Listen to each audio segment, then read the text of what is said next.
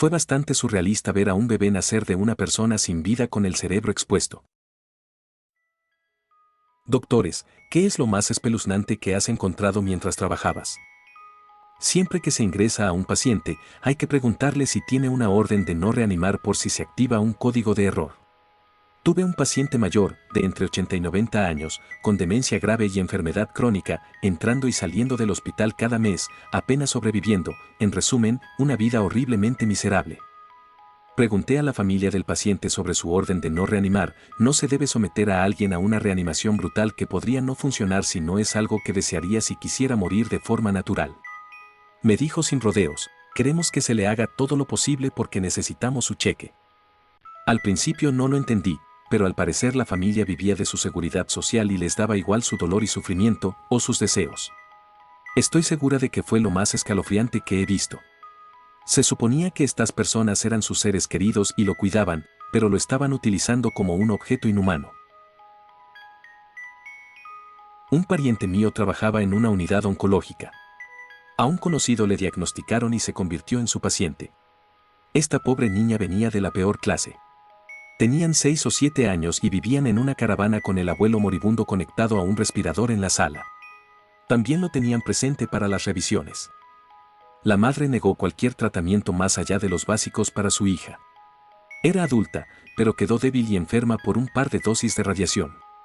La excusa de la madre fue que necesitaban a su hija en casa para cuidar al nuevo bebé de su madre. Así es, literalmente sacrificó a su hija mayor para cuidar a la menor porque no se podía esperar que lo hiciera todo. Vi a la familia un par de veces después del fallecimiento de su hija.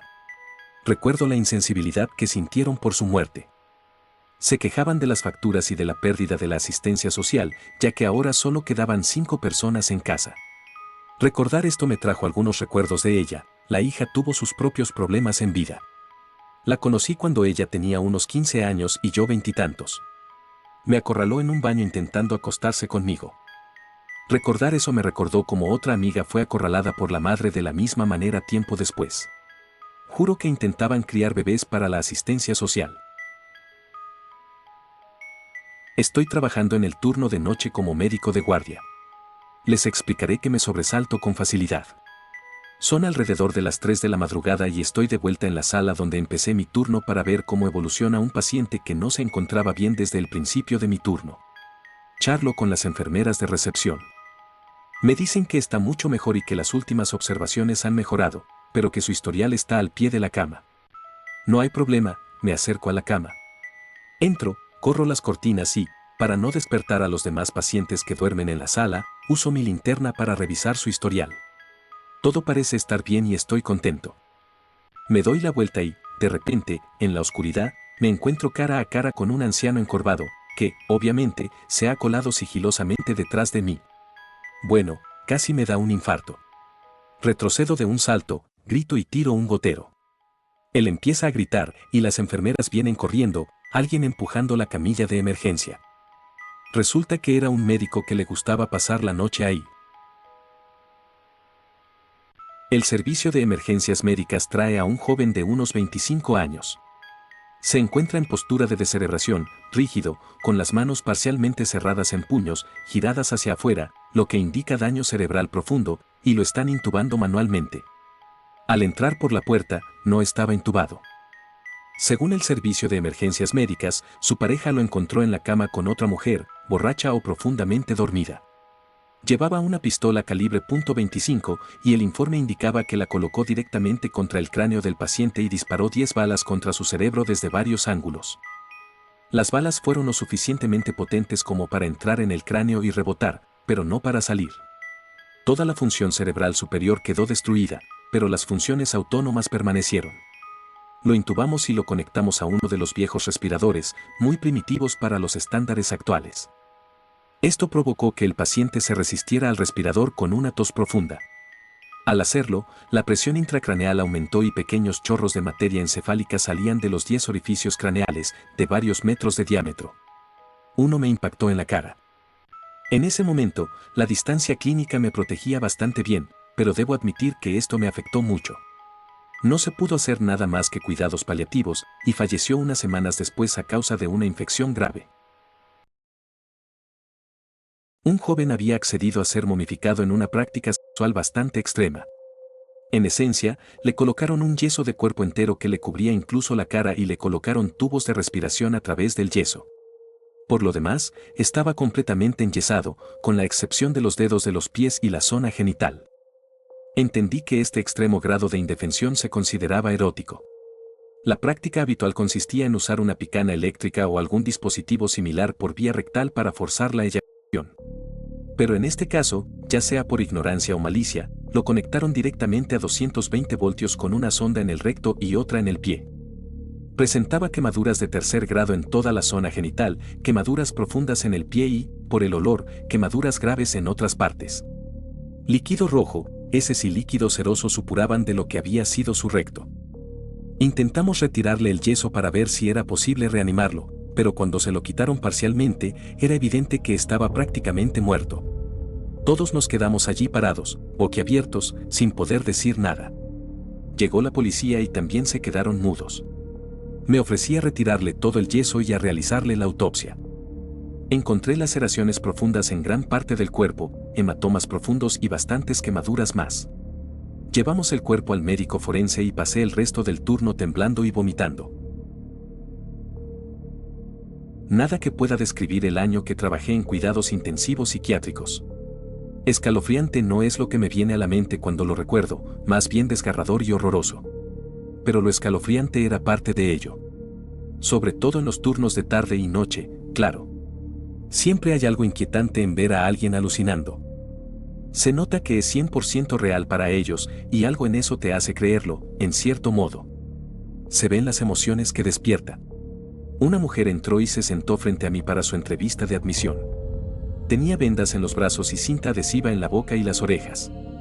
Se veía muy incómoda y no se quedaba quieta.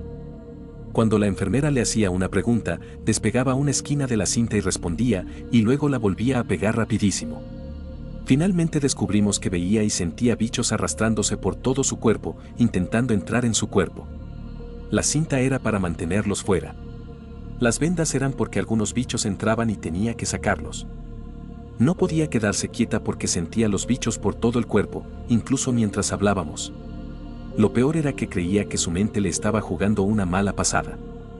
¿Te imaginas pasar por tu vida sintiendo como si alguien estuviera continuamente arrojando baldes de cucarachas sobre tu cabeza, sintiendo como si estuvieran sobre ti y entrando dentro de ti hasta el punto de que estás sacando pedazos de tu carne en pánico, todo mientras sabes intelectualmente que nada de eso es real?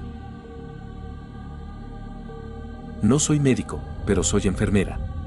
Trabajo con pacientes geriátricos y hace unos 3 años ocurrió un incidente. Antes de explicarlo, déjenme aclarar que no creo en fantasmas. Bueno, una vez estaba trabajando en el turno de noche y tenía muchísimo sueño, así que decidí saltarme el almuerzo porque no tenía hambre e ir a mi coche a dormir 30 minutos. Me subí al coche, me cubrí con mi suéter, puse el temporizador del teléfono y me quedé dormido al instante. Estoy soñando, pero en mi sueño sigo despierta, sentada allí.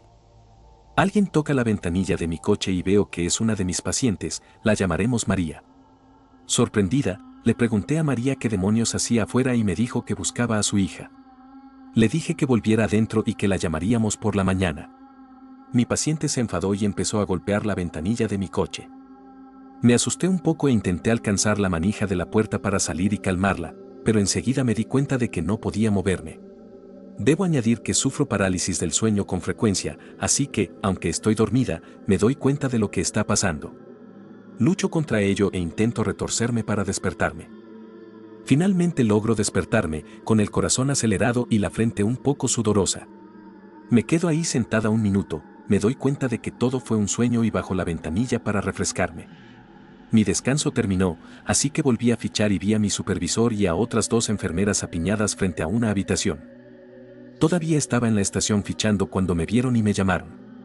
Me acerqué pensando que quizá algo andaba mal con el respirador o que el paciente se había caído, pero mi supervisor me dijo que María murió mientras almorzaba. Como la mayoría de nuestros pacientes son de baja por enfermedad, no me llamaron. El mensaje tardó un par de segundos en registrarse y me asusté por dentro. Se me puso la piel de gallina, pero no le comenté nada a mi supervisor sobre el sueño. No creo en fantasmas ni nada de eso y probablemente tuve ese sueño porque ella fue la última paciente con la que interactué antes de mi descanso, por lo que todavía estaba en mi mente y estaba repasando mentalmente los historiales de mis pacientes. Hace años, como técnico en psicología, mandaron a un chico de 7 años al piso porque su madre no sabía qué hacer con él. Es algo muy común, incluso si los niños no tienen problemas de pago. En fin, la madre temblaba y lloraba, y tuvieron que llevar al niño a otra habitación. Tenía mucho miedo de su propio hijo. Sospechaba que algo andaba mal al encontrar animales sin vida en el patio trasero, pero nunca oía ni veía coyotes ni nada por el estilo. Las mascotas pequeñas de los vecinos empezaron a desaparecer. El niño tenía una obsesión con los cuchillos, que escondía por toda la casa. Negaba cualquier cosa cuando su madre lo confrontaba. Luego, cuando empezaban a discutir, él se ponía muy violento y la golpeaba, la empujaba, la pateaba y amenazaba. En varias ocasiones se despertaba en mitad de la noche con él de pie junto a su cama, mirándola a la cara. Puso cerraduras adicionales en la puerta de su habitación para sentirse segura mientras él dormía. La gota que colmó el vaso fue cuando levantó el colchón y encontró más de 50 cuchillos de todas las formas y tamaños debajo. Así que nos lo trajo. Recuerdo hablar con él, tratándolo como si fuera un niño cualquiera. Parecía extraordinariamente normal, hasta que le hablabas directamente. Tenía esa forma de mirarte como si te atravesara, o tal vez como si no te viera mientras hablabas. Respondía como un robot, como si solo dijera palabras porque eso era lo que queríamos oír. Y siempre ponía esa sonrisa espeluznante y muerta. Como si solo tuviera boca y nada de ojos en la sonrisa. Sobre todo cuando se salía con la suya, como si le robara los rotuladores a otro niño y no lo supieran. Todavía me da escalofríos pensar en él. Tuve que levantarme y cerrar la puerta de mi habitación. Cuando estaba en una rotación en urgencias durante la Facultad de Medicina, recibimos una llamada sobre una mujer de 23 años que había recibido un disparo en la cabeza y que ya estaba completamente muerta, pero que, según informes, tenía 5 meses de embarazo. Así que le estaban haciendo RCP hasta que la llevaron al hospital para ver si el bebé era viable. La llevaron a urgencias, le hicieron una ecografía y el bebé estaba a término. Le hicieron una cesárea en menos de 1 minuto y lo sacaron.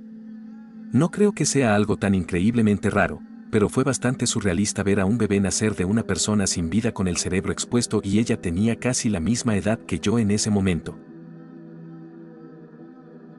Soy enfermera de urgencias. Le estaba haciendo RCP a una señora cuyo corazón se había parado. Al principio, la llevaron a la habitación inconsciente y sin respirar. Está prácticamente muerta. Sin embargo, mientras le hacía compresiones torácicas, sus manos suben y me agarran las muñecas y luego vuelven a caer de la mesa. Nunca la recuperamos. Estudiante de medicina. Durante mi rotación de psicología, me encontré con un estudiante de posgrado de química. Al parecer, había estado tomando cantidades astronómicas de ketamina y estaba constantemente disociado. Durante todo el tiempo que estuve en esta parte de la rotación, no lo oí decir ni una palabra. El 95% del tiempo estaba envuelto en sus sábanas como una momia y se reía de vez en cuando, con una risita suave y espeluznante, desde debajo de las sábanas e intentabas hablarle. La risa más escalofriante que he oído en mi vida, nunca la olvidaré. Obligatorio decir que no soy médico, pero trabajo en una residencia de ancianos. No diría que es lo más espeluznante del mundo, pero una vez tuve un paciente que alucinaba y no paraba de hablar de la persona que estaba detrás de mí. Sabía que alucinaba, pero no voy a decir que no me di la vuelta para comprobarlo varias veces. No un médico, sino un estudiante de enfermería que estudia enfermería psiquiátrica y geriátrica. Pasamos turnos de 12 horas en el hogar de ancianos, 2 veces por semana y normalmente rotamos a los pacientes. Una de las cosas que constantemente me asusta es que cuando un paciente dice algo como, me estoy muriendo. Generalmente muere en un par de días, si no horas después de haber dicho eso. En una de las residencias de ancianos en las que hicimos clínica, lo toman como una señal siniestra muy grave. He visto esto tanto en pacientes en cuidados críticos como en pacientes que se espera que sean dados de alta esa misma semana. No es raro que digan que ven a sus padres, seres queridos, etc. y luego fallezcan poco después. No digo que todos los pacientes que se han dicho hayan muerto, pero he visto suficientes como para tomarlo en serio y me da escalofríos. Enfermera, no médico. Pero tuve una mujer de 91 años que llegó con un derrame cerebral. Ella no respondía y respiraba aproximadamente a 44 respiraciones por minuto, hiperventilación. Esto continuó durante unos 3 días. Estábamos esperando que la abuela estirara la pata en cualquier momento. De repente sonó la alarma de su cama. Supusimos que era un visitante que se había apoyado demasiado en su cama, porque eso puede hacer que se expulse. Así que no salgo corriendo hacia su habitación. Cuando entro, ella está sentada, con las piernas colgando sobre el costado de la cama, gritando, «Necesito orinar». La llevo al inodoro y la llevo de regreso a la cama. Ella comienza a llorar, diciendo que quiere ver a su marido, que murió hace mucho tiempo. Murió 2 días después. Mientras cursaba una asignatura optativa de enfermedades infecciosas, cuidé a un paciente con un absceso cerebral. El absceso había destruido los centros del lenguaje del cerebro del paciente, lo que provocó una afasia. Sus palabras estaban completamente confusas el 90% del tiempo. Irónicamente, el paciente era un científico informático responsable de codificar la innovadora tecnología de reconocimiento de voz. La ironía realmente me asustó.